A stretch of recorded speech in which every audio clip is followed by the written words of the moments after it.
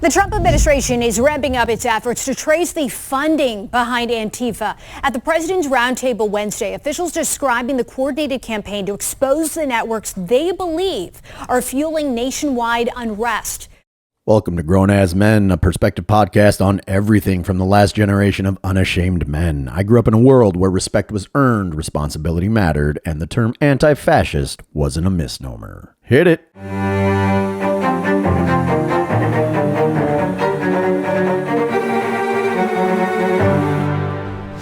President Donald Trump hosted a roundtable event today with conservative influencers about Antifa. Participants included members of the president's cabinet, along with several journalists who say they have had experiences with Antifa members. Let's bring in Daniel Byman, the director of the CSIS Warfare, Irregular Threats, and Terrorism program, and he joins us live from Hanover, New Hampshire. Dan, thanks so much for being with us. President Trump wants Antifa classified as a domestic terrorist group. It's important to note there's no official leader of this group, and it's more of kind of an ideology.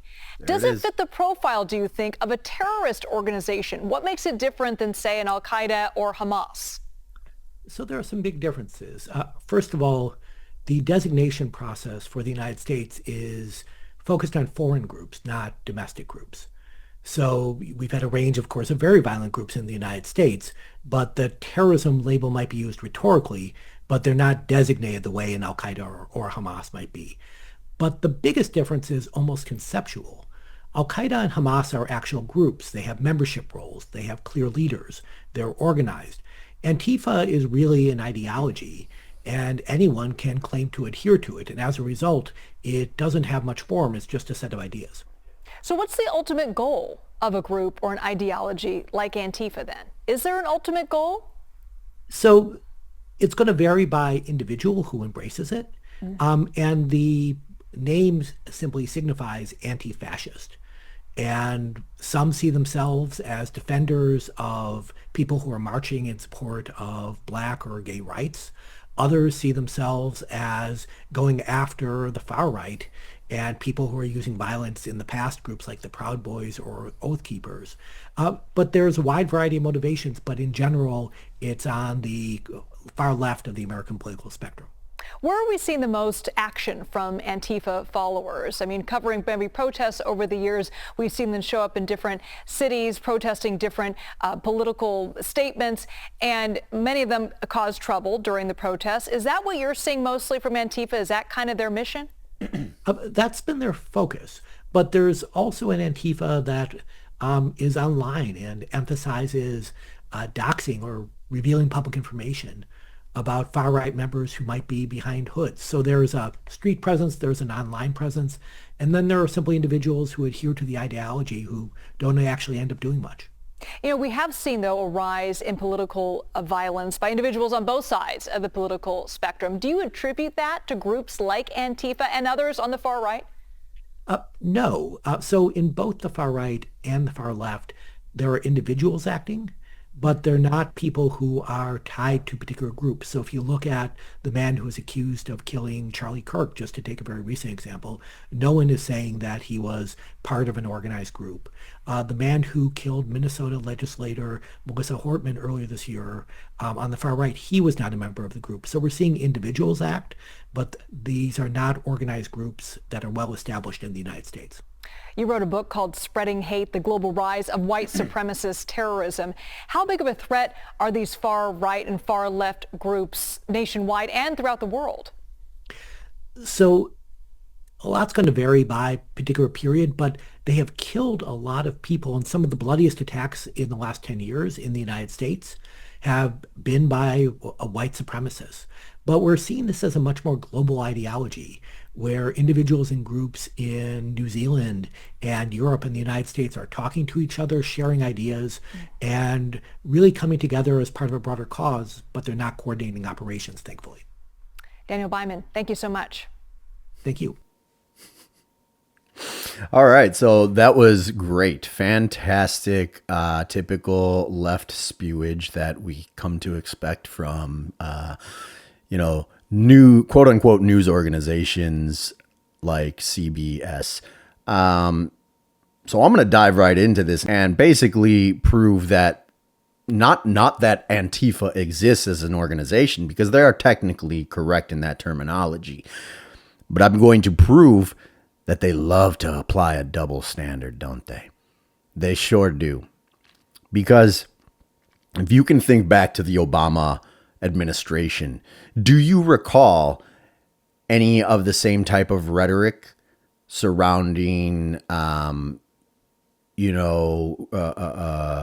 basically the condemnation of white supremacy groups? And they should be condemned. But here's the thing. In the United States of America, we have a First Amendment right, and that protects our right to express our views without government intervention. That is guaranteed to everybody, no matter how hateful it is. And the left loves to play this game of selective free speech. Well, if you're being selective about free speech, about what we can say that isn't actually causing physical harm or threat to anybody, then you don't actually believe in free speech. You believe in your speech. And that's not okay, because that is antithetical to everything that is America, right? We have the First Amendment, and then we have the Second Amendment to ensure those protections from a tyrannical government. So what I want to do here is kind of go into some similar incidences, right? But first, let's kind of talk about what Trump has actually done, okay? What he did was he directed federal agencies to treat Antifa-related violence as domestic terrorism. And that's the distinction, right? He prioritized information sharing between agencies and used existing terrorism statutes to investigate or charge individuals where applicable. And what it's doing, because we know that Antifa has largely been a anarchist movement, so to speak, or ideology over the last 10 years, probably, right? I mean, they're burning down cities. Anytime they get an opportunity, they're wreaking havoc, right? And they might infiltrate themselves into peaceful protests and basically cause the chaos there. And those individuals that do that should be charged according to the law. The problem is, when we hear about, and you saw it in this video, right? The term used, well, how are they different or the same than white nationalist groups? Or she didn't actually use the term Nazis. But here's what we need to understand, okay? There is no terrorist designation for Nazis, okay? So Nazis you can't be like, oh, well, we can go out and just basically persecute anybody that's part of Nazi Incorporated, because it doesn't exist. That also is an ideology. However, there are groups, affiliates that support that ideology, and they go on to cause violence and chaos in order to coerce and intimidate civilians into either submission. That is the definition of terrorism. And actually, let me look this up real quick. Okay, so the official definition, Title 18, Code Section 2331. Let's see. International terror. Okay, so there's several. Here we go. Domestic terrorism. That's what we want. Domestic terrorism is part 5 of this code. Involves acts dangerous to human life that are a violation of the criminal laws of the United States or of any state. Appear to be intended to 1. Intimidate or coerce a civilian population. 2. To influence the policy of a government by intimidation or coercion. Or 3. To affect the conduct of a government by mass destruction, assassination, or kidnapping, and occur primarily within the territorial jurisdiction of the United States. I think it's pretty plain to see that when people cause violence in the name of the ideology of Antifa, they meet all these criteria. just as much as neo-Nazis meet this criteria, who are causing destruction and killing people and assaulting people. There is no difference between these two. And that's where I want to get into how this is more nuanced than people realize, but that people in general, or the left, I should say, in general, likes to have this very selective reasoning. This doesn't ban Antifa, but when people use that set of ideas to justify violence, well, now we're talking, right? Now we're cooking with oil, and you can absolutely prosecute these people under the law. And so essentially what Trump said is, if it looks like terrorism, acts like terrorism, and causes terror, investigate it like terrorism. So you don't need an actual terrorist designation. And here's where it gets laughable to me, because, when you have these extremist groups on the right, and they're causing harm, killing people, violence, damaging property, it's all good, right? And it should be to prosecute them to the full extent of the law. But then when we want to do the same to the mirrored side of that, the Antifa types, all of a sudden, it's not an organization. It's not an organization. How do you prosecute something when it's not an organization? Well, neither is Nazism, okay? There's no 501c3 designation for Nazi, a Nazi organization. So it's just laughable to me, this selective reasoning. And here's where we go ahead and dive into precedents and just kind of blow that very flimsy argument out of the water. Obama administration, 2009 to 2016, under the DHS and FBI, repeatedly classified both far right and far left groups as domestic terror threats. So that's essentially what we're talking about. Domestic terror threats. We will pursue these to the full extent of the law as domestic terror threats. And the key examples are in 2009 Department of Homeland Security report, right-wing extremism, current economic and political climate fueling resurgence in radicalization and recruitment. This report explicitly labeled white supremacist and neo-Nazi movements as the most significant domestic terrorism threat in the United States at the time. Okay? So they labeled it as a terror threat. They pursued people to the full extent of the law if they were breaking the law. And those people happened to support that ideology. So they were on the lookout for it, right? They developed intelligence around it. In 2012 and 2015, the Department of Homeland Security funded Countering Violent Extremism, the CVE, initiatives that lumped violent white nationalists and anarchist extremists, a category that, overlaps with Antifa tactics, into the same terror training programs.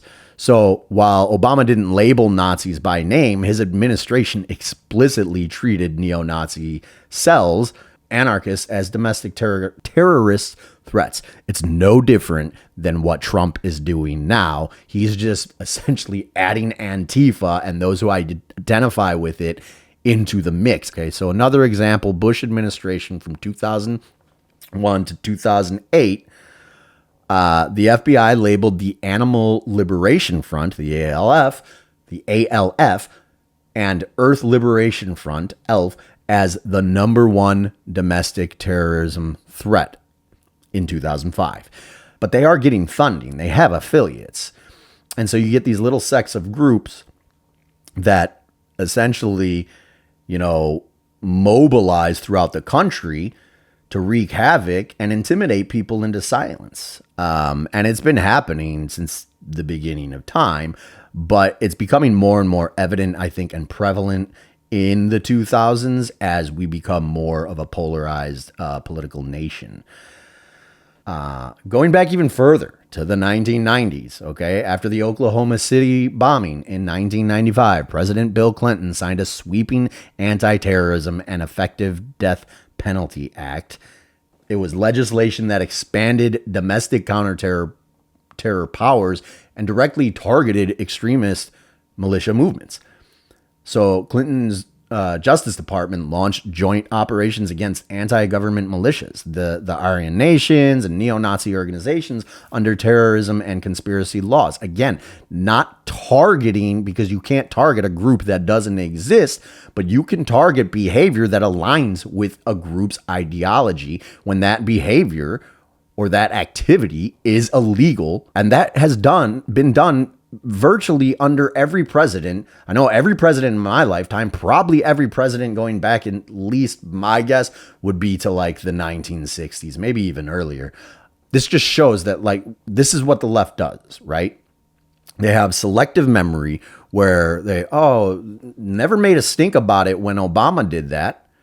When Obama basically said, we're going to treat individuals who act in a terroristic manner under the ideological beliefs of ABCD, they never cried about it. They never said, oh, well, that's not fair because they're not actually a terrorist organization. To Obama's credit, I will say, like, I'm glad he did that. I think anybody that violates the law and anybody that uses terroristic tactics should be prosecuted under the law. Why does the left not see that as a viable thing? Why does the left not seem to understand that that's actually a good thing? If you remove, and I've talked about this before in some of my previous videos, let's remove these people from having a conversation at the table because they don't want one. That'll do it for this one, everybody. Be sure to drop your thoughts in the comments. And if you're not afraid of authentic conversation, smash that like button, hit subscribe, and share this with somebody who needs to hear it. This is Grown as Men, and until next time, stay grounded and stay vocal.